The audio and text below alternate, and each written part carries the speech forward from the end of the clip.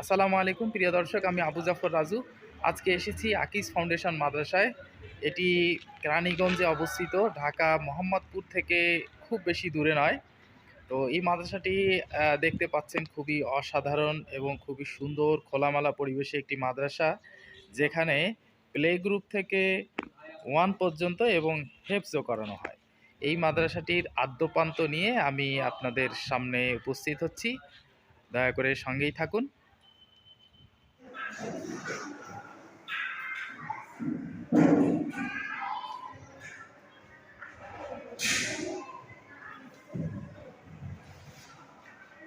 Good.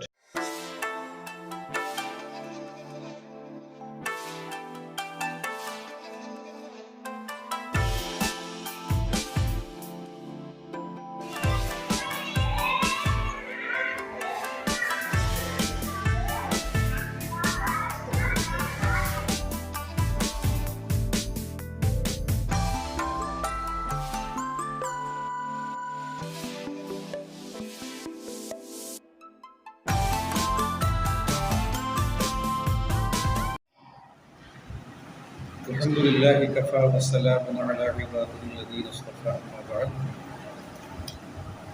Akij foundation মাদ্রাসা উদ্ভূত ঢাকার পশ্চিমাংশে একটি প্রতিশ্রুতিশীল মাদ্রাসা। এই মাদ্রাসা একটা স্বপ্ন নিয়ে, একটা চমৎকার নিয়ত নিয়ে আরম্ভ করা হয়েছে।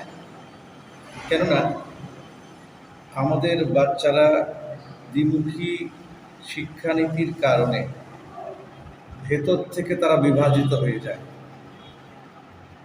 সপ্তাহে প্রায় 5টা দিন পড়াশোনা করে স্কুলে, ছুটির দিনগুলিতে এসে তাদেরকে আবার আরবি টিউশনে পড়তে হয়।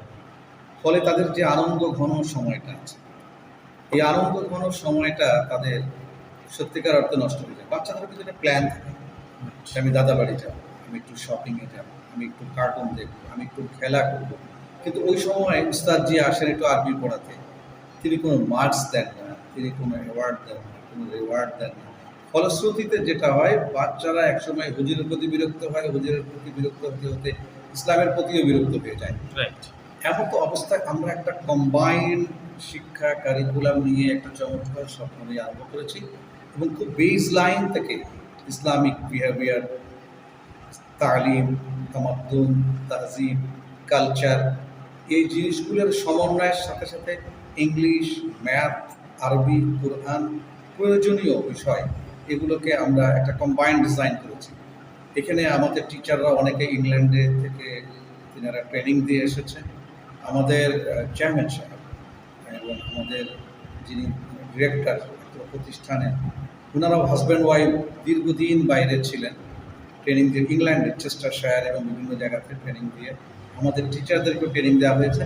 সুতরাং দেশের আপনার অবস্থানের থেকেও, দেশীয় অবস্থানের থেকেও আমরা একটা চমৎকার আন্তর্জাতিক মানসিকতা নিয়ে আমাদের বাচ্চাদেরকে গড়ে তোলার লক্ষ্যে এই প্রতিষ্ঠানটা আমরা আরম্ভ করেছি।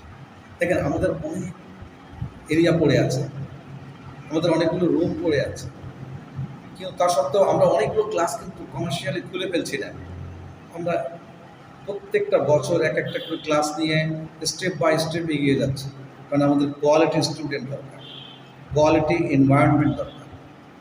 আর শুধু আমরা যে পড়াশোনা করাচ্ছি তা না, এখানে আমরা বাচ্চাদের টোটাল বিহেভিয়ার, তাদের ম্যানার, তাদের চারিত্রিক বৈশিষ্ট্যাবলী, মানুষের সাথে লেনদেন, আদান প্রদান, পিতামাতার, এই জিনিসগুলো বাচ্চাদের মতো করে বাচ্চামি সহ আমরা শিখিয়ে চলেছি। আগে আমরা হাত ধোয়াতে শেখাতাম কীভাবে, হ্যান্ড ওয়াশ দিয়ে শুরু, কিন্তু এখন আমরা হ্যান্ড ওয়াশের পরে হ্যান্ড স্যানিটাইজারও ব্যবহার করাচ্ছি। তাদেরকে খেলতে দিচ্ছি, ধুলাবালি মারছে, লিকুইড টাচ করছে, একটার থেকে একটাতে আপনার ঢালছে, আবার সেখান থেকে নামিয়ে রাখছে, আবার অঙ্ক করছে, আবার মাপছে, সেই সাথে ব্যাসিনে কীভাবে হাত ধুতে হবে, এটাও কিন্তু আমরা শেখাচ্ছি। আর এইভাবে এগিয়ে চলেছি একটা চমৎকার প্রত্যয় নিয়ে, একটা নিয়ত নিয়ে।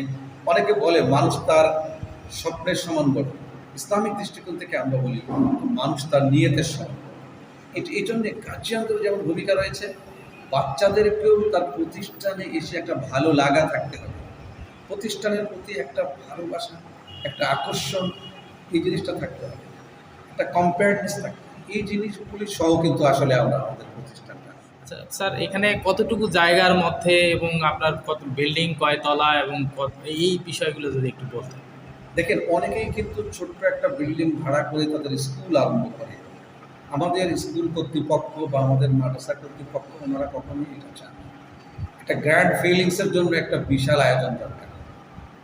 একটা ভাড়া করা বাসায় একটা স্কুলের বাচ্চা ব্যালকনি পায় 4 ফিট বাই 8 ফিট কিংবা 10 ফিট, 40 স্কোয়ার ফিটের একটা ব্যালকনি। আমাদের আল্লাহ চাইতো একটা লবি 350 ফিট লম্বা এবং 12 ফিট চওড়া। তাহলে আপনি বুঝতেন, একটা বাচ্চা যদি দৌড় দেয়, সে 5 মিনিটে তার দৌড় শেষ হওয়ার কথা নয়। সেই সাথে আমাদের প্লে গ্রাউন্ড রয়েছে। প্লে গ্রাউন্ডটা প্রায় 3.5 বিঘা এবং টোটাল ক্যাম্পাসটা হচ্ছে আমাদের প্রায় 14 বিঘা। 14 বিঘার মধ্যে আপনাদের তো ইনডোর প্লে গ্রাউন্ড আছে, আউটডোর ইনডোর দুইটাই আছে। প্লে জোন আছে, ইনডোর, আমাদের মিনি জিম আছে, আমাদের এখানে স্বাস্থ্য পরিচর্যার বিষয় আছে, আমাদের ছোট্ট ক্যাফেটেরিয়া এবং ক্যান্টিন আছে, এবং আমাদের আলাদা বাচ্চাদের জন্য স্টুডিও আছে, যদিও এগুলো একটু চলমান প্রসেস চলছে।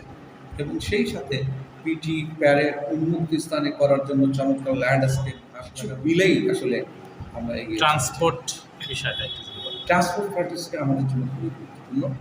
আমাদের মনে করেন যে এদিক থেকে পিলখানা বা আমাদের মনে করেন যে স্টার কাবাব থেকে আমাদের বাস আসছে, ধানমন্ডি লালবাটিয়া থেকে বাচ্চা নিয়ে, এদিকে শিয়া মসজিদ থেকে আমাদের বাস আসছে, এদিকে কলাতিয়া থেকে আমাদের বাস আসছে, এবং এই বাসগুলি টেক কেয়ার করা হয় কিন্তু অনেক ভালোভাবে।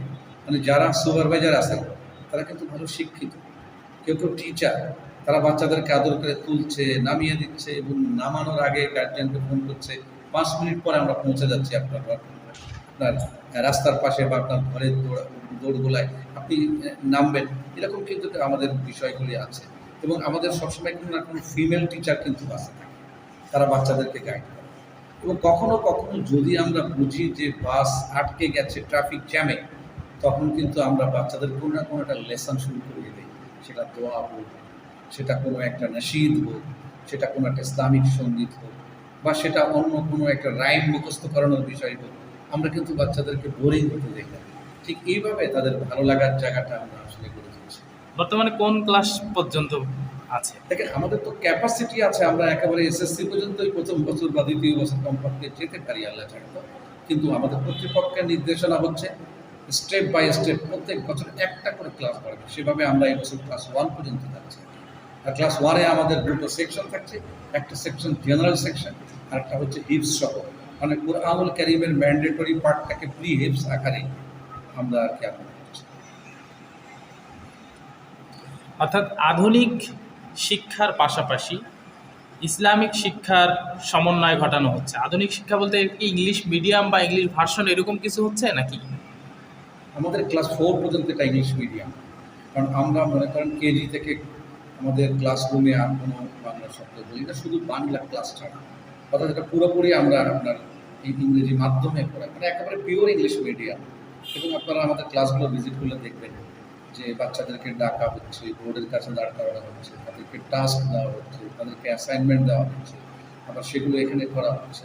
এবং প্রত্যেকটা বাচ্চা তাদের আপনার মনে করেন ক্যাবিনেটে যাচ্ছে, সেখানে তার জিনিস গুছিয়ে রাখছে, সেখান থেকে বের করছে, অর্থাৎ সে স্বাবলম্বী হচ্ছে।